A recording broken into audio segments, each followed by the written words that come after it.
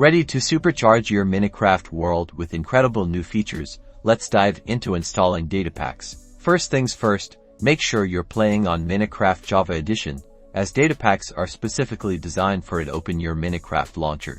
Now, click on the Installations tab, find the profile you want to use for your Datapack world, or create a new one. This is important to keep your world separate. Next, launch Minecraft using that profile, create a new world, or open an existing one where you want to install the Datapack. Once you're in the world, save and exit. This creates the necessary folder structure.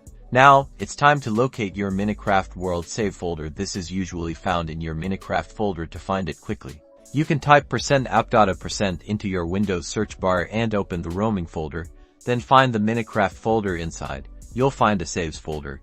Open the folder with the name of the world you just created or exited. Inside that folder, you should see a folder called Datapacks. If you don't see it, create a new folder and name it Datapacks, exactly like that. Download the Datapack you want to install. Datapacks usually come as zip files. Drag and drop the zip file of the Datapack directly into the Datapacks folder we just located. Do not unzip the Datapack.